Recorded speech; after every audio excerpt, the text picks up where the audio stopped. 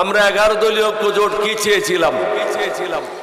আমরা চেয়েছিলাম বৈষম্য মুক্ত বাংলাদেশ, দারিদ্র মুক্ত বাংলাদেশ, চাঁদাবাজ মুক্ত বাংলাদেশ, দুর্নীতিবাজ মুক্ত বাংলাদেশ, মানবতার বাংলাদেশ, নীতি নৈতিকতাপূর্ণ বাংলাদেশ। কিন্তু কিছু লোক আমাদেরকে আখ্যায়িত করেছে কারণ আমরা নামাজ পড়ি, আল্লাহ এবং আল্লাহ রসুলের নির্দেশিত পথে চলি, সুতরাং আমরা হলাম উগ্রবাদী এবং আমরা মৌলবাদী। আর যারা নামাজ পড়ে না, মুসলমানের নাম রেখেছে, তারা হলো সেকুলার, আল্লাহকেও মানে না, নবীকেও মানে না, এবং মানুষের জন্য সুশাসন নিশ্চিত করতে পারে না। অত্যন্ত সুকৌশলে 11 দলীয় ঐক্য জোটকে ক্ষমতা থেকে বের রেখেছে। রিজওয়ানা পরিষ্কার ভাষায় বলেছিল 168 বা 170 সিট নিয়ে 11 দলীয় ঐক্য জোটের সরকার গঠনের কথা ছিল। আমরা তাদেরকে ক্ষমতায় আসতে দিই নাই। আজকে যারা ক্ষমতা আছে তাদের ক্ষমতায় আসার কথা ছিল না। ফলে কি হয়েছে? সীমান্তে হত্যা চলছে। ক্যালকাটার এই সার শুভেন্দু যখন যা ইচ্ছা তাই বলে। আমরা তো বলি না ত্রিপুরা নিয়ে নেব, ত্রিপুরা তো নিয়ে নেওয়া আমাদের জন্য সহজ। আমরা তো বলি না আসাম নিয়ে নেব, আমরা তো বলছি না মেঘালয় নিয়ে নেব।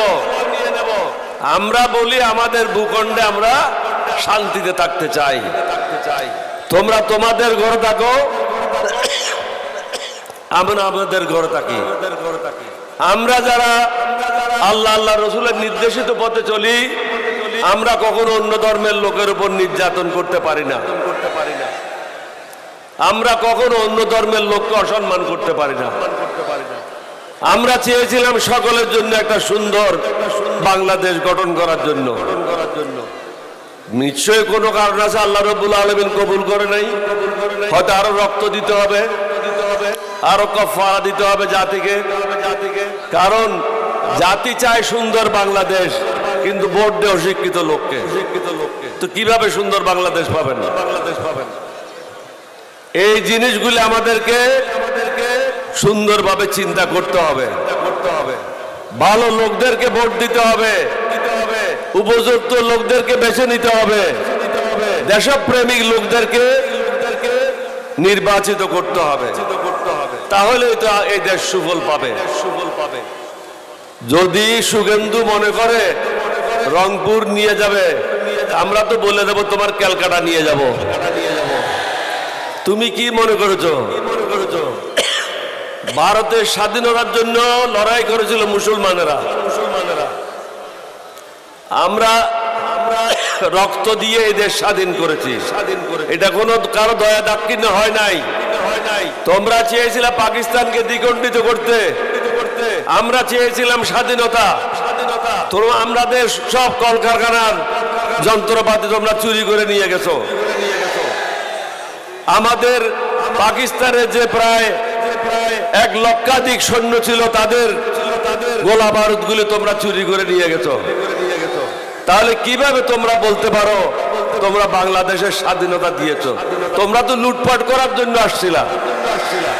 তোমরা তো আমাদের দেশ থেকে জিনিস চুরি করার জন্য আসছিলা। তোমরা তো স্বাধীনতার জন্য আসো নাই। মুক্তিযুদ্ধরাই যুদ্ধ করেছিল, তোমরা আসছিলা মাল কামানোর জন্য। আপনাদেরকে অনুরোধ করব, দেশকে যদি সঠিক পথে নিতে চান, আরো কোরবানি দেওয়ার জন্য প্রস্তুত হতে হবে। এখন দেশ ঠিক পথে নাই, মানবতা নাই, নীতি নৈতিকতা নাই। এটা একটা ভারত প্রতিবেশী দেশ হিসেবে অত্যন্ত সুপরিকল্পিতভাবে নীতি নৈতিকতা এবং সুশাসন ধ্বংস করে দিয়েছে। একটা জাতিকে যদি ধ্বংস করতে হয়, তার ধর্মকে ধ্বংস করতে হবে, নীতি নৈতিকতাকে ধ্বংস করতে হবে, জাতিকে দুর্নীতিগ্রস্ত করতে হবে। হাসিনা অত্যন্ত সুন্দরভাবে সবাইকে দুর্নীতিগ্রস্ত করেছিল, অত্যন্ত অহংকারের সাথে বলেছিল আমার পিয়নেরও 400 কোটি টাকা আছে, এবং সে হেলিকপ্টারে চড়ে বেড়ায়। তুমি একজন প্রধানমন্ত্রী হইয়া এটা কিভাবে বলো? তাহলে তুমি নিজে চুরি করার জন্য সুযোগ দিয়েছো, নিজেও চুরি করেছো, সবাইকে চুরি করার জন্য সুযোগ দিয়েছো। আজকে বিশেষ করে আমরা আপনাদের কাছে কেন আসলাম? আমরা এসেছি সকলে মিলে, আপনারা ভোট দিয়েছেন, দেশে কিছু সংস্কার আনতে হবে। এই সংস্কার আমরা যারা 11 দল আছি আমাদের সুবিধার জন্য না, সরকারি দলের সুবিধার জন্য না, সার্বিকভাবে বাংলাদেশের মানুষের সুন্দর ভবিষ্যৎ রচনা করার জন্য আমরা চেয়েছি